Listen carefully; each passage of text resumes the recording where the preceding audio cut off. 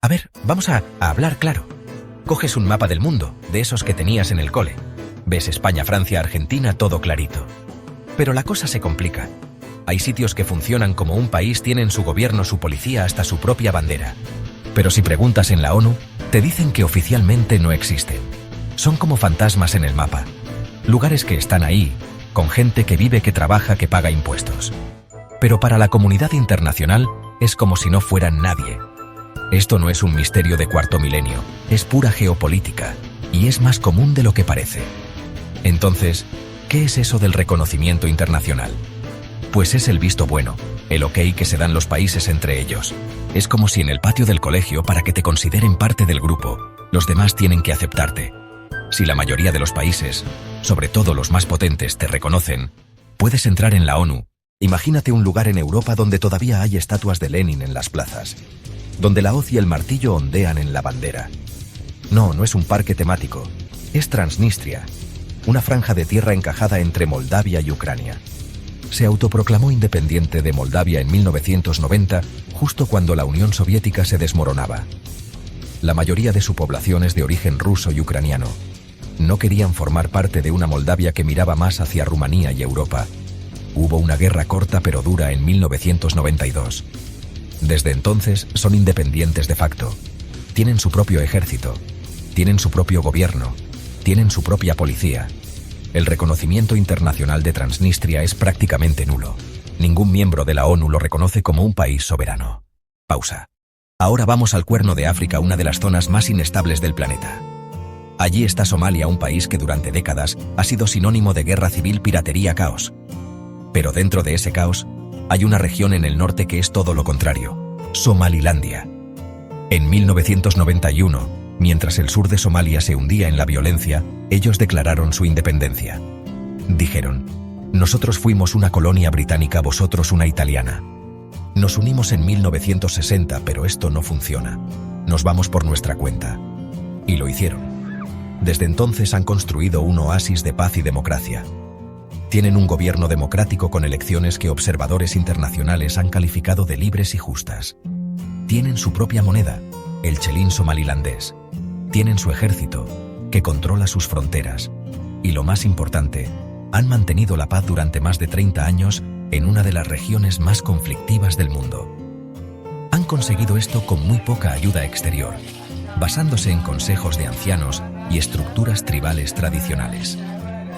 Han demostrado que son capaces de gobernarse a sí mismos de forma estable y segura. Nos vamos ahora a las montañas del Cáucaso, una región de una belleza increíble, pero también de conflictos enquistados. Aquí encontramos a Abjasia y Osetia del Sur. Ambas son dos regiones que, oficialmente, forman parte de Georgia, pero en la práctica funcionan como estados independientes desde principios de los años 90, tras la disolución de la Unión Soviética. Al igual que en otros casos, sus poblaciones, de etnias distintas a la georgiana, no quisieron formar parte de la nueva Georgia independiente y lucharon en sendas guerras para separarse. Desde entonces, la tensión con Georgia es constante. La situación de estas dos repúblicas cambió drásticamente en 2008. Tras una corta pero intensa guerra entre Rusia y Georgia, Moscú decidió reconocer oficialmente la independencia de Abjasia y Osetia del Sur. A día de hoy, además de Rusia, Venezuela, Nicaragua, Nauru y Siria las reconocen.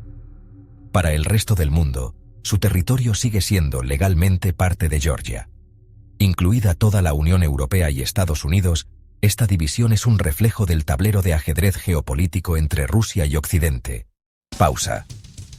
Nagorno-Karabaj, o Artsaj, como la llaman sus habitantes armenios, es una historia con un final trágico y reciente.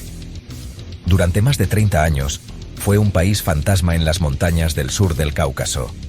Era una región poblada mayoritariamente por armenios. Durante la época soviética fue asignada a la República Socialista Soviética de Azerbaiyán. Cuando la URSS se desintegró, los armenios de Karabaj declararon su independencia, lo que desató una guerra brutal con Azerbaiyán a principios de los 90.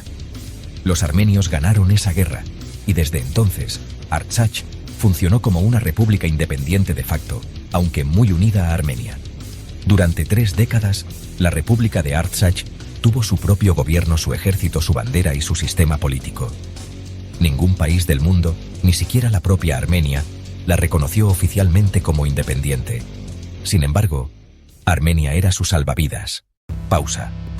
Ahora vamos con el caso más raro de todos, el que parece sacado de una película. Sealand. No es una región que se separa de un país. No hay un conflicto étnico. Sealand es una plataforma antiaérea de la Segunda Guerra Mundial, estructura de metal y hormigón en medio del Mar del Norte, a unos 12 kilómetros de la costa de Inglaterra. Fue construida por los británicos en aguas internacionales durante la guerra y luego abandonada. En 1967, un excomandante británico, Paddy Roy Bates, la ocupó y la declaró un estado soberano, el Principado de Sealand. Desde entonces, la familia Bates ha gobernado su pequeño país. Su propia bandera, un himno, una constitución, una moneda, el dólar de Sealand. Su lema, E mare libertas, desde el mar la libertad. La vida cotidiana en un país no reconocido es un ejercicio de adaptación constante. Te levantas, vas a trabajar, llevas a los niños al colegio, pagas tus facturas, tienes tu carnet de identidad local y la matrícula del coche. Usas la moneda local para comprar el pan. El sistema funciona. Policía, bomberos, hospitales. Desde dentro la sensación de país es real. La gente siente un fuerte patriotismo, forjado en una guerra de independencia, orgullo por su bandera y su historia de lucha. Pero ese velo de normalidad se rasga al intentar interactuar con el mundo exterior. El problema más grande es el pasaporte. Pasaporte de Transnistria, pasaporte de Somalilandia. No te sirve para casi nada. No puedes solicitar un visado para ir de vacaciones a España. Aquí está la madre del cordero. ¿Por qué, si estos países no existen oficialmente, a veces los vemos en los mapas? La respuesta no es sencilla. Un mapa no es solo un dibujo de la geografía. Un mapa es una declaración política. Cada línea, cada color, cada nombre cuenta una historia y defiende una versión de la realidad. No hay un solo tipo de mapa. Pausa. Una pregunta sin respuesta fácil.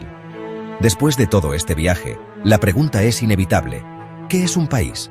La definición del libro de texto te dirá que necesita 4 cosas: un territorio definido, una población permanente, un gobierno y la capacidad de relacionarse con otros estados. Estos países fantasma cumplen las 3 primeras condiciones a la perfección. Tienen su tierra, su gente y su gobierno. Si te ha gustado, dale like, suscríbete y activa la campanita. Nos vemos en el próximo vídeo. Un saludo a todos.